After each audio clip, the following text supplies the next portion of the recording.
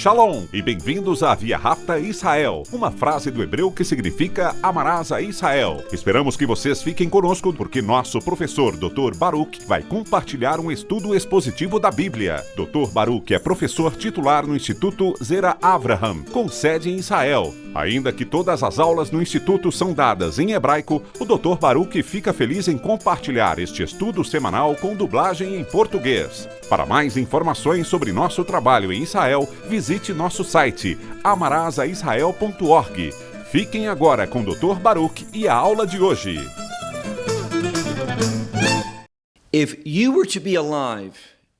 Se você estiver vivo nos últimos dias, no fim dos tempos, será que você terá fé?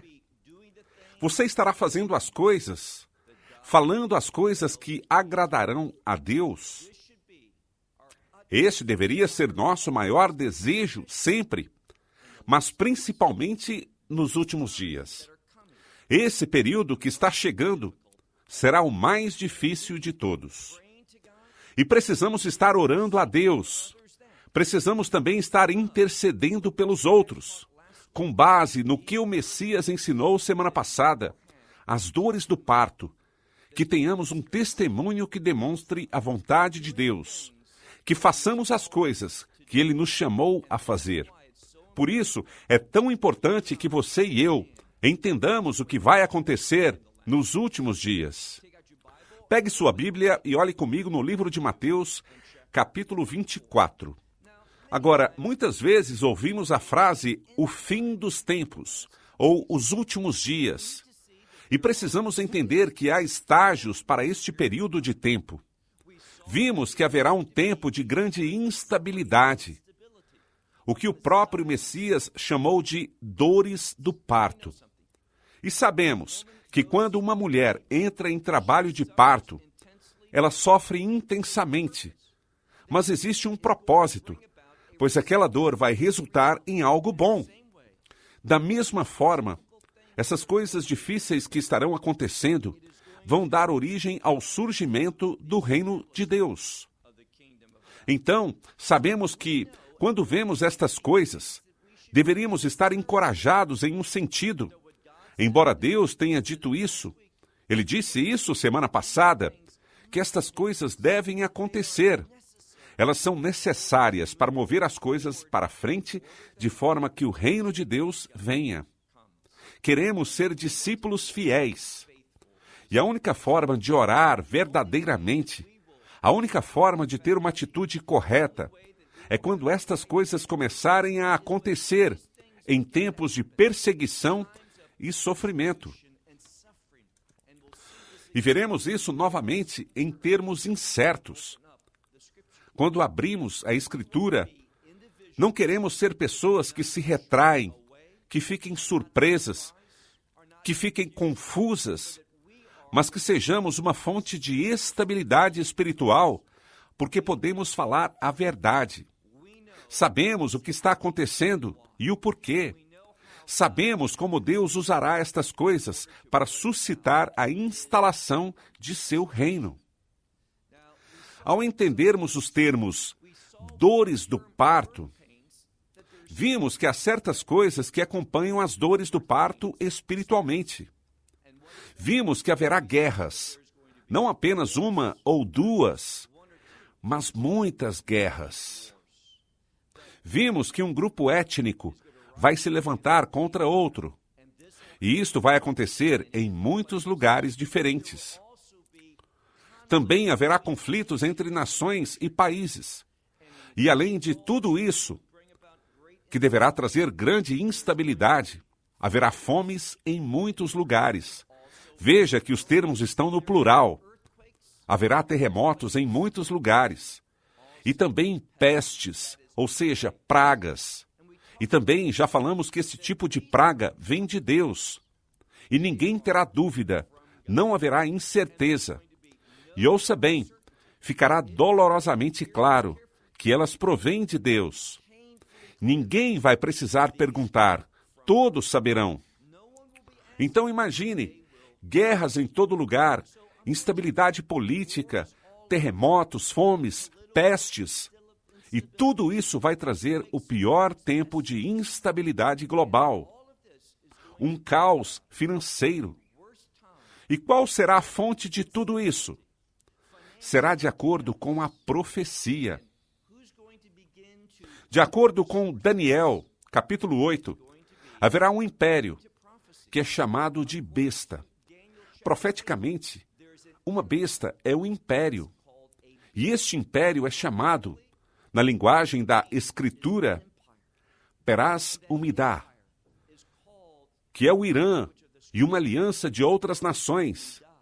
E será assim que o Islã vai se erguer. Na verdade, já está acontecendo. Já começou há algum tempo atrás. E eles vão espalhar seu domínio, começando no leste e se movendo para o oeste, para o norte e para o sul. E eles serão a origem de grande sofrimento, dificuldades e instabilidade no mundo. Agora, muitas pessoas erroneamente pensam, e ainda ensinam isso, que o anticristo virá do Islã, o que é falso. Isso não acontecerá. Como você pode estar tão certo? O Islã odeia Israel. O Irã diz, quase que diariamente, que eles querem destruir a nação de Israel. O que aprendemos biblicamente é que o anticristo e seu império irão se levantar contra o carneiro. Veja, a besta do anticristo é chamada de bode. Então, em Daniel, capítulo 8, vemos dois impérios diferentes. O primeiro, chamado de carneiro, é iraniano, de acordo com aquele que o descreve. E será uma aliança iraniana que vai se espalhar e trazer grande sofrimento, grandes dificuldades, morte, destruição e instabilidade em todo o sentido da palavra. Instabilidade econômica, política, social, de todo tipo. E a Sagrada Escritura diz que o mundo terá um sentimento de desesperança. Aqueles que ficarem de pé ficarão contra este carneiro. E então, de repente, inesperadamente, haverá uma outra besta, que é um outro império. Aqui a Escritura chama de Yavan. A palavra Yavan, em hebraico moderno, se refere à nação da Grécia. Mas nos tempos bíblicos, simplesmente era um sinônimo para o que chamaríamos de Europa. Então esta besta, conhecida como bode, que irá se levantar da Europa, irá derrotar o carneiro. E vemos isso claramente em Daniel capítulo 8. E também vemos 3 vezes em Daniel capítulo 8, mesmo embora muitos analistas ignorem o fato. Por 3 vezes, Daniel nos diz que esta visão, aquilo que ele está revelando neste capítulo 8, é para os últimos dias, este épico fim dos tempos que vai trazer o fim da ira de Deus no mundo. E isso vai acontecer. Sua ira, esse derramamento final neste mundo, vai acontecer para trazer a destruição do anticristo e de seu império. Então, esta primeira besta vai odiar Israel. Mas o que vemos biblicamente é que o anticristo sabe de algo. Lembre-se do que a Escritura diz sobre os demônios, que eles acreditam em Deus e eles estremecem. Eles conhecem a Escritura. Mas aqui temos um problema.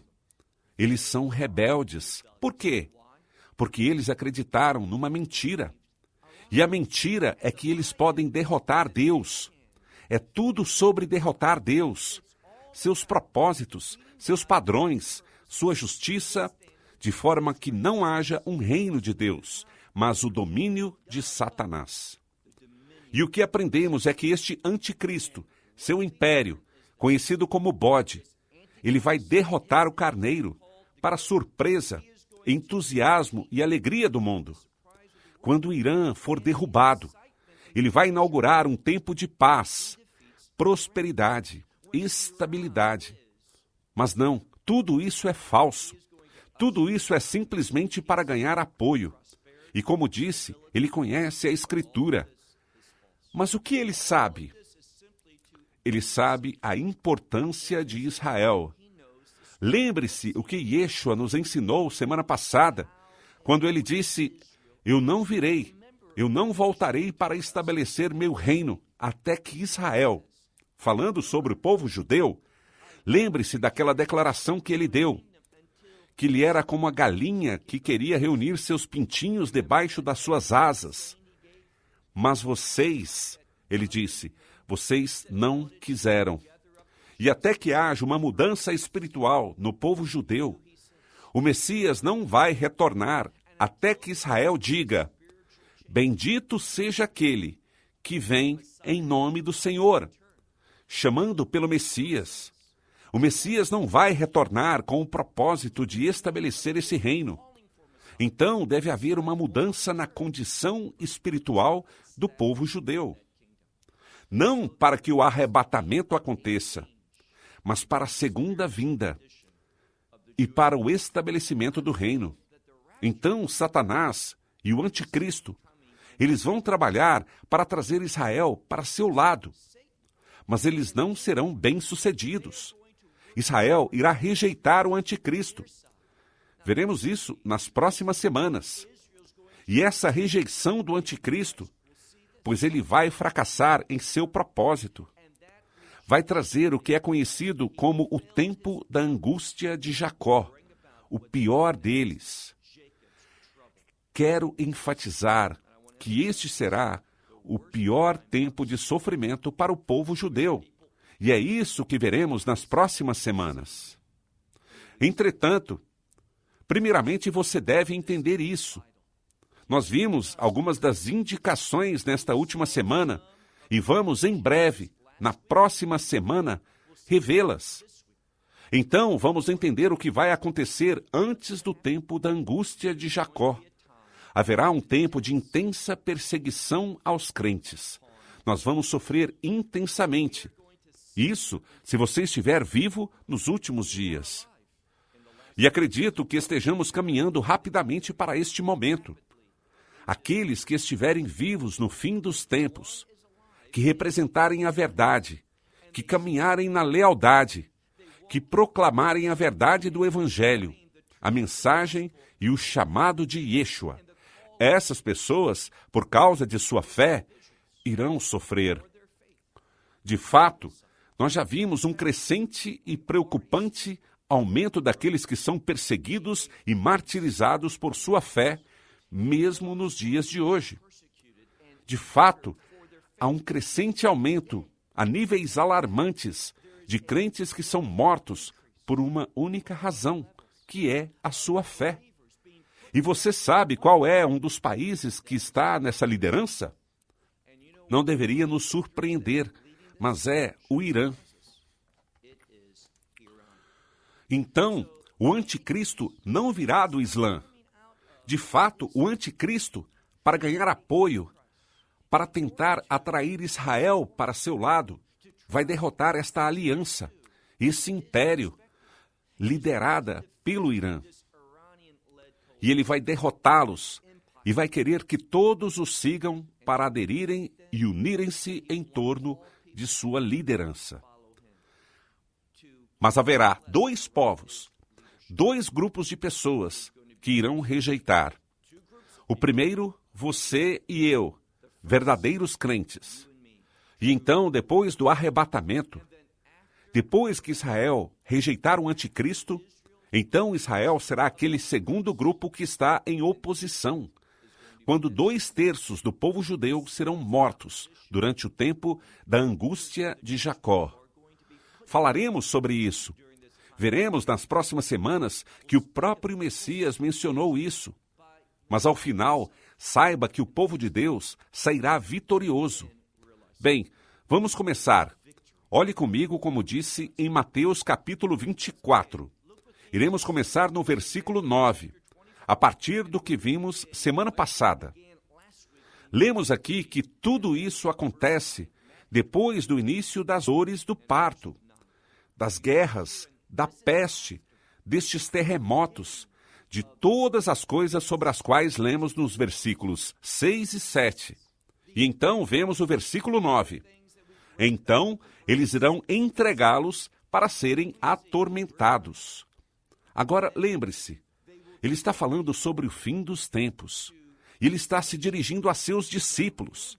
Já compreendemos também que a ênfase é em seus discípulos nos últimos dias.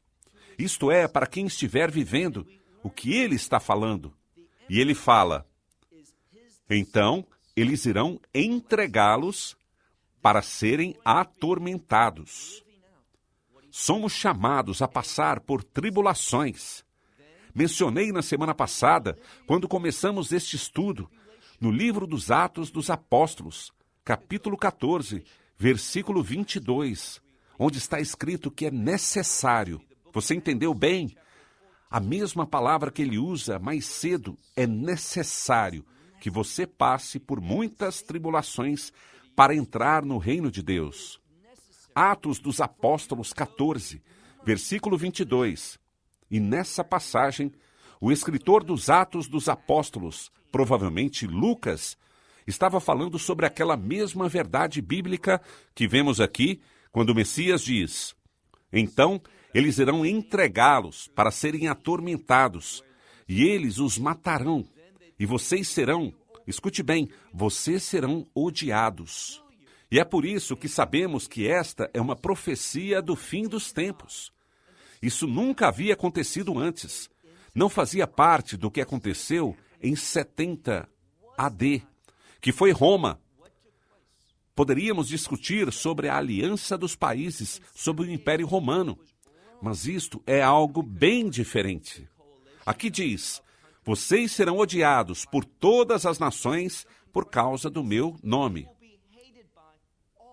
Muito do que Roma fez contra o povo judeu não tinha nada a ver com o nome de Yeshua, com o nome de Jesus. Foi porque, em geral, o povo judeu, não os crentes, mas o povo judeu, em sua maioria, se revoltou contra Roma. Então, aqueles que ensinam que Mateus 24 já aconteceu, que a maioria deles fala sobre 70 AD, eles estão errados. É dolorosamente óbvio quando você olha nas pistas do que Yeshua está discutindo. Então ele diz, eles irão entregá-los para serem atormentados. Eles os matarão, e vocês serão odiados por todas as nações. E aqui, novamente, por quê? Por causa do meu nome. Versículo 10. E então, muitos serão ofendidos. E eles usam essa palavra que significa escandalizar. Eles chegarão à conclusão que é escandaloso estar relacionado com ele. Estou falando sobre Yeshua. Agora, quando eu olho isso, a ênfase é nos crentes. Vemos aqui que muitos serão escandalizados. E sobre o que você acha que Yeshua está falando? O que ele ensinou mais cedo? Que muitos, quando descobrem que, em nome de Cristo, você é um seguidor de Yeshua, é alguém que se identifica com a Bíblia, estes irão te perseguir, odiar e matar. Eles ficarão escandalizados, mas não ficarão interessados naquilo. Não era para isso que pensavam que o estavam seguindo. Eles estavam mais interessados em ajudar e resolver os cuidados deste mundo, atingindo seu objetivo, realizando aquilo que chamavam de destino. Eles queriam que o Messias os servisse. Eles não estavam interessados em servi-lo. Então muitos serão escandalizados. E o que eles irão fazer? Eles vão trair você e eu. Lembre-se de que João disse que haverá uma grande queda. Muitos de nós vão nos deixar embora. Na verdade, nunca tenham pertencido a nós. Eles não foram verdadeiros crentes. E o que eles vão fazer? Eles vão trair uns aos outros e também vão odiar uns aos outros. E o que mais?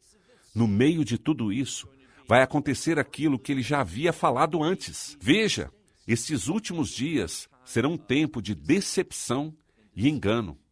Neste período de desobediência espiritual, aqueles que negarem a fé, aqueles que traírem seus irmãos e irmãs, supostamente esses irmãos crentes, embora não fossem, nós lemos aqui que, naquele tempo, surgirão muitos falsos profetas. E o que eles farão? E eles trairão a muitos. E é por isso que é tão importante que não estejamos confusos sobre o que acontecerá.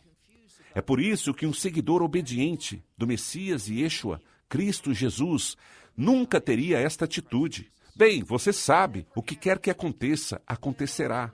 Eu estarei no céu algum dia. Então tudo isso realmente não é importante para mim. Não estou interessado em estudar. Essa é uma atitude muito desagradável a Deus. Alguém com tal crença é vergonhoso. Precisamos ser pessoas que conhecem a verdade, de forma que possamos ficar firmes na fé, na justiça, para não sermos enganados e que possamos reconhecer estes falsos profetas. E minha preocupação é esta. Há um movimento hoje de pseudo-profetas, e temos visto que estes pseudo-profetas não são profetas. Eles não falam a verdade. Eles provocam comichão nos ouvidos. Eles querem ser recebidos pelo povo. A sua mensagem, sua suposta profecia, é quase sempre agradável. Você sempre encontra uma boa nova. Eles falam algo e recebem muitos aplausos. Isso não é o que vimos nos profetas do Antigo Testamento, que Deus ungiu, que Deus chamou de profetas. Eles eram populares. Agora, este é simplesmente um exemplo, uma amostra de algo que ficará muito, muito pior, como ele diz aqui. E então surgirão muitos falsos profetas e eles trairão a muitos. Continuando, veja no versículo 12. E por causa do aumento, esta palavra implica em multiplicação, do aumento da iniquidade. Agora eu sugiro que você sublinhe esse termo, iniquidade. É a palavra nomos, que significa lei, e em hebraico é a palavra Torá, que apresenta um prefixo ligado a ela, com uma única letra, que é a letra grega alfa, que significa negar. Então, falamos daquele que quer estar contra, que quer negar a Torá. Agora, há duas coisas que deveriam vir à sua mente quando você ouvir a lei de Deus. Uma é o amor. Por quê? Porque o Messias ensinou sobre o amor. Quando nós falamos sobre a lei, estou falando sobre a lei que Deus deu a Moisés. Quando perguntaram ao Messias qual é o maior mandamento, o que ele disse? Ame o Senhor teu Deus de todo o teu coração, de toda a tua alma e de todo o teu entendimento. Depois ele disse, ame a teu próximo como a ti mesmo. Esta é a mensagem da Torá. Ame a Deus. E porque você ama a Deus, você irá demonstrar amor para os outros. Esta é a mensagem da lei. Da mesma forma, preste bastante atenção. A lei não é um instrumento de justiça, que quer dizer que, se eu aplicar a lei à minha vida, como um não crente, não irá produzir justiça. Ao contrário, vai me mostrar minha iniquidade. Mas a lei define o que é certo e o que é errado. Não é um instrumento que faz alguém justo, mas ensina alguém o que é justiça. O que diz aqui, e observe com atenção o nosso texto, versículo 12, e por causa da multiplicação da iniquidade. O que isso significa? Haverá uma falta de amor um pelo outro. Haverá uma falta de justiça no mundo. E observe o que diz no final do versículo 12. E por causa disso, o amor de muitos esfriará. Não será um amor apaixonado. Não será um amor comprometido. Agora, vemos aqui na Escritura esta relação entre iniquidade e a falta de amor. Quando olhamos de forma inversa, quando a lei está sendo considerada, quando a justiça da lei está sendo vivida, como você faz isso? Paulo nos diz isso em Romanos, capítulo 8, versículo 4, quando ele diz, aqueles que não caminham segundo a carne, mas segundo o Espírito, serão estes que cumprirão a justiça da lei. E quando eu sou guiado pelo Espírito, quando estou caminhando no Espírito Santo, ouvindo a sua verdade, a verdade da palavra de Deus, as instruções dos profetas, de Moisés, dos apóstolos, do próprio Messias, quando estou baseando as decisões da minha vida na Sagrada Escritura, estarei caminhando em amor, amando o meu próximo como a mim mesmo, e estarei vivendo de tal forma que demonstre o que é a justiça. Quando a Escritura diz: eles verão suas boas obras e vão louvar a quem é a fonte daquelas boas obras, que é nosso Pai Celestial. É isso que provavelmente estaremos fazendo nos últimos dias. E você percebeu que há uma repetição de uma palavra nesta parte? A palavra muitos. A maioria das pessoas, a maioria dos indivíduos não estarão fazendo a coisa certa. Eles estarão caminhando do lado contrário. É por isso que vemos isso novamente de forma profética. Deus trabalha com esse remanescente. Agora, vamos olhar em mais um versículo, o versículo 13, onde lemos: mas aquele que perseverar até o fim, este será salvo. Entenda que esta passagem não está nos dizendo como encontrar o perdão dos pecados. Veja, a palavra para salvação, será salvo. Esse verbo é usado no sentido de curar. Esta palavra é usada para uma multiplicidade de coisas diferentes. Não apenas salvação, no sentido de perdão dos pecados e entrar no reino de Deus. Ninguém é salvo porque perseverou. Aquele que é salvo vai perseverar. Mas o que este versículo da Escritura nos diz? Só boas novas. O que ele diz é: tenha coragem, porque se você suportar até o fim, e teremos que nos perguntar sobre que fim estamos falando, discutiremos sobre isso na próxima semana. Continuando, mas afinal, o que é a salvação? No fim, bem, o termo salvação é uma palavra que se refere ao conceito de vitória, considerando nossas mentes em português. Então, tudo o que ele está dizendo aqui não é que se você suportar até o fim, você será salvo. E se você não suportar, você perderá sua salvação. A salvação, neste sentido, não é a questão aqui. Ele está simplesmente nos encorajando a perceber algo. Suporte até o fim e você alcançará a vitória. No fim, a vitória, a salvação será manifestada a você. Essa é a boa nova que precisamos agarrar. Falaremos mais sobre isso semana que vem, quando continuaremos esse estudo de Mateus 24. Shalom. From Matthew 24. Shalom.